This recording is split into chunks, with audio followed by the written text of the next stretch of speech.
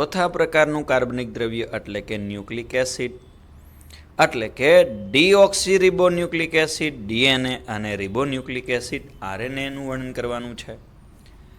Nucleic acid શેનાથી બનશે? તો પોલીન્યુક્લિયોટાઇડની શૃંખલાથી બનશે. સામાન્ય રીતે એક શૃંખલાથી આરએનએ બનતું હોય અને બે શૃંખલા પોલીન્યુક્લિયોટાઇડની હોય એનાથી ડીએનએ બનતું હોય. પોલીન્યુક્લિયોટાઇડ કોનાથી બનશે? તો સીધી બાબત છે, એ ન્યુક્લિયોટાઇડથી બનશે. એટલે કે ન્યુક્લિયોટાઇડનું પોલીમર ઇઝ ઇક્વલ ટુ પોલીન્યુક્લિયોટાઇડ. પોલીન્યુક્લિયોટાઇડની એક શૃંખલા તો આરએનએ અને બે શૃંખલા તો એ ડીએનએ છે. એસિડ પૃથ્થકરણની વાત કરેલી હતી ત્યારે આ ન્યુક્લિક એસિડ આપણને ક્યાં પ્રાપ્ત થયું હતું? એસિડ દ્રાવ્ય ભાગમાં કે અદ્રાવ્ય ભાગમાં? તો જ્યાં આપણે પોલિસેકરાઇડ અને પોલીપેપ્ટાઇડ પ્રાપ્ત થતા હતા એ વિભાગની અંદર આપણને ન્યુક્લિયોટાઇડ ધરાવતું ન્યુક્લિક એસિડ પ્રાપ્ત થયું હતું. એટલે ન્યુક્લિક એસિડ કે જે શું ધરાવે છે? ન્યુક્લિયોટાઇડ ધરાવે છે. ન્યુક્લિયોટાઇડ ધરાવતું ન્યુક્લિક એસિડ પોલીપેપ્ટાઇડ અને પોલીપેપ્ટાઇડ અને પોલીસેકરાઇડ સાથે કોષમાં રહેલ બૃહદ અણુનો વિભાગ બનાવે છે. ન્યુક્લિક એસિડનું સૌપ્રથમ કોષમાંથી અલગીકરણ કરનાર વૈજ્ઞાનિક જોન્સેન ફેડરિક મિસરે સૌપ્રથમ ન્યુક્લિક એસિડનું કોષમાંથી અલગીકરણ કર્યું. કઈ રીતે? જોન્સન ફેડરિક મિસર નામના વૈજ્ઞાનિકે મનુષ્યના શ્વેતકણ ઇઝ ઇક્વલ ટુ WBCમાંથી સૌપ્રથમ ન્યુક્લિક એસિડનું અલગીકરણ કર્યું.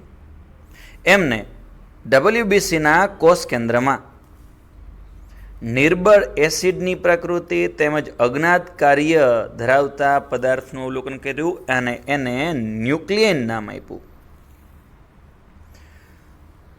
ત્યારબાદ એને ન્યુક્લિયનમાંથી બે પ્રકારના પદાર્થોનું અલગીકરણ કર્યું, એક ન્યુક્લિક એસિડ અને બીજું પ્રોટીન.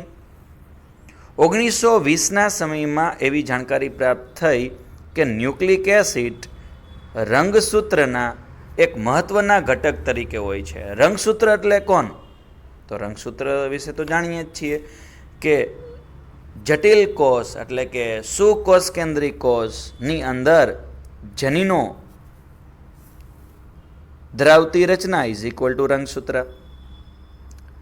તો સુકોષ કેન્દ્રીમાં ન્યુક્લિક એસિડ તો છે જ, સાથે સાથે એવું પણ જાણવા મળેલું છે કે વાયરસ અને બેક્ટેરિયા જેવા અતિ સૂક્ષ્મ જીવોની અંદર પણ ન્યુક્લિક એસિડ જોવા મળે છે. ન્યુક્લિક એસિડ ડીએનએ આરએનએ પ્રકૃતિના છે, જે શેનાથી બનતા હોય છે? પોલીન્યુક્લિયોટાઇડથી બનતા હોય છે. પોલીન્યુક્લિયોટાઇડ શેનાથી બનતા હોય છે? ન્યુક્લિયોટાઇડથી બનતા હોય છે. દરેક ન્યુક્લિયોટાઇડના 3 અલગ અલગ ઘટકો છે.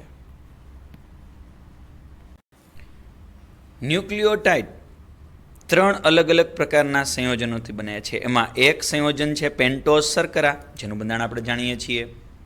બીજું છે વિષમ ચક્રીય સંયોજન, એટલે વિષમ ચક્રીય સંયોજન તરીકે કોણ છે? Nitrogen base. અને ત્રીજી બાબત છે ફોસ્ફરિક એસિડ કે ફોસ્ફેટ. તો ફોસ્ફરિક એસિડ કે ફોસ્ફેટ વિષમ ચક્રીય સંયોજન એટલે નાઇટ્રોજન બેઝ અને પેન્ટોઝ શર્કરાથી ન્યુક્લિયોટાઇડ બને. આવા ન્યુક્લિયોટાઇડ જોડાવાથી ડાયન્યુક્લિયોટાઇડ, વધુ જોડાવાથી પોલીન્યુક્લિયોટાઇડ અને પોલીન્યુક્લિયોટાઇડની શૃંખલાઓ એટલે ડીએનએ અને આરએનએ.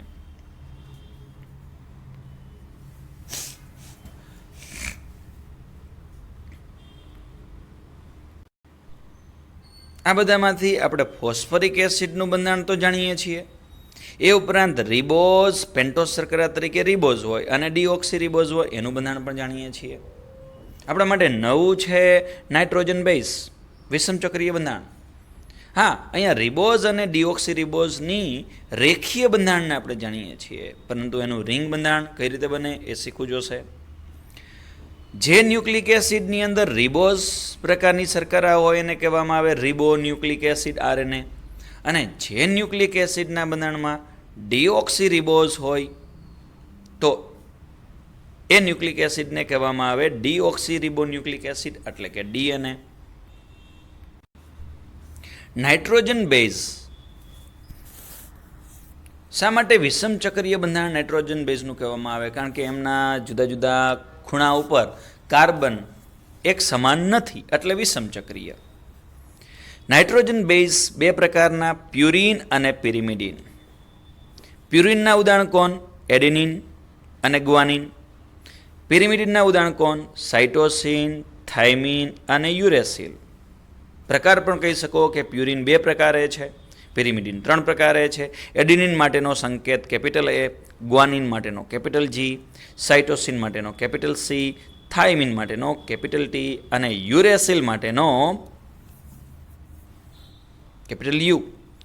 હવે એવું કહી શકીએ કે એડેનિન અને ગ્વાનિન બંને પ્યુરિનના સ્વરૂપ છે, ઇઝ ઇક્વલ ટુ એડેનિન અને ગ્વાનિન પ્રસ્થાપિત પ્યુરિન છે. મતલબ પ્રસ્થાપિત હોય કે વિસ્થાપિત શબ્દ હોય, મતલબ એવો થાય એનો કે ના સ્વરૂપ છે.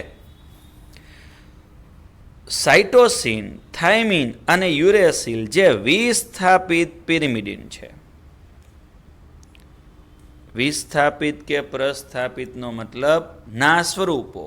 પ્યુરિનના સ્વરૂપો એડેનિન અને ગ્વાનિન છે, પિરિમિડિનના સાઇટોસિન, થાઇમિન અને યુરેસિલ છે, જેના બંધારણની રચના આપણે જાણવી હજી બાકી છે. હવે આ 5માંથી ડીએનએમાં કયા હોય અને આરએનએમાં કયા હોય? તો ડીએનએ આરએનએ બંનેની અંદર એડેનિન હોય, ગ્વાનિન હોય, સાઇટોસિન હોય. માત્ર ભિન્નતા એટલી જ છે કે થાઇમિન એ ડીએનએના બંધારણમાં હોય, આરએનએમાં હોતું નથી. જ્યારે યુરેસિલ એ માત્ર આરએનએના બંધારણમાં હોય, ડીએનએમાં હોતું નથી. તો ડીએનએ અને આરએનએ વચ્ચેનો એક ભેદ અગાઉ કરી નાખ્યો છે કે આ 2 શૃંખલાથી બનેલું છે, આ 1 શૃંખલાથી બનેલું છે.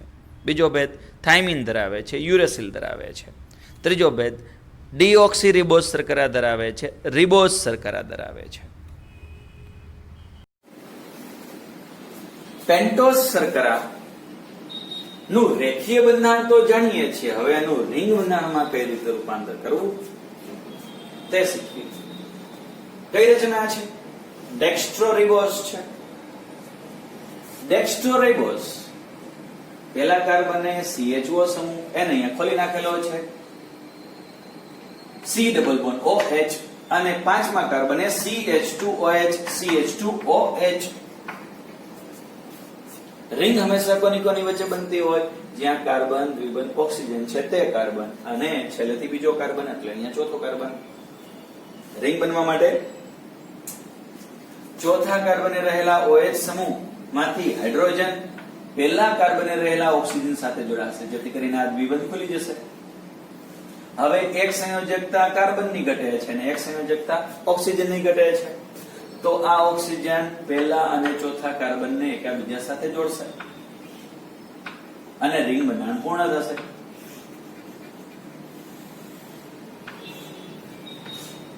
ઓક્સિજન પહેલા અને ચોથા કાર્બનને જોડે છે. 4 કાર્બન રિંગમાં છે અને 5મો કાર્બન રિંગની બહાર છે. હવે આ તમામને રિંગની અંદર ગોઠવીએ તો આ ઓક્સિજન અહીં પ્રથમ કાર્બન છે, તો આ સ્થાને ચોથો કાર્બન આવશે, અહીંયા બીજો કાર્બન, અહીંયા ત્રીજો કાર્બન અને 5મો કાર્બન રિંગની બહાર. પહેલા કાર્બને શું છે? H અને OH. બીજા કાર્બને H અને OH. ત્રીજા કાર્બને H અને OH. ચોથા કાર્બને H અને રિંગની બહાર CH2OH, કાર્બન નંબર 5. આ એક સ્વરૂપ થયું ડેક્સ્ટ્રોરિબોઝનું. જાણીએ છીએ પહેલા કાર્બને H OH ના સ્થાનની અંદર બદલાવ કરી શકીએ. અત્યારે H ઉપર છે, OH નીચે છે, એને 180 ડિગ્રી રોટેટ કરો તો આનો એનોમર મળશે. OH H, બાકી બધું બંધારણ સમાન રહેશે. H OH H OH CH2OH આ બાજુ પણ લખી શકો, આ બાજુ પણ લખી શકો અને H. કાર્બન નંબર 1 2 3 4 અને 5.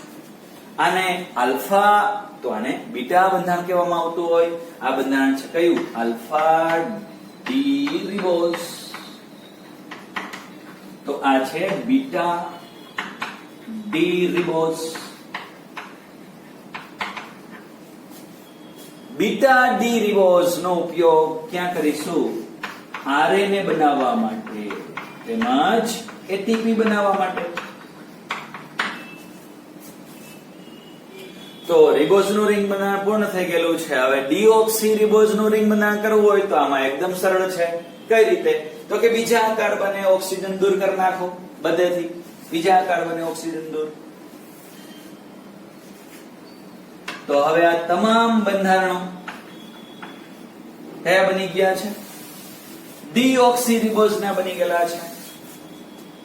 આ કયું સ્વરૂપ છે? Deoxy ribose.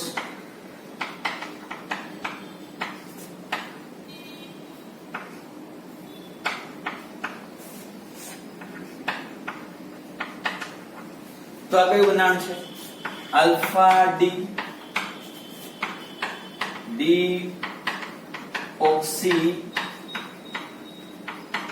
રિબોઝ. તો આ કયું છે? Beta D ઓક્સી ribose.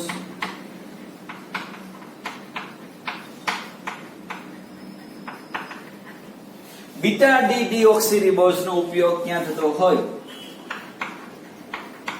ડીએનએ બનાવવા માટે.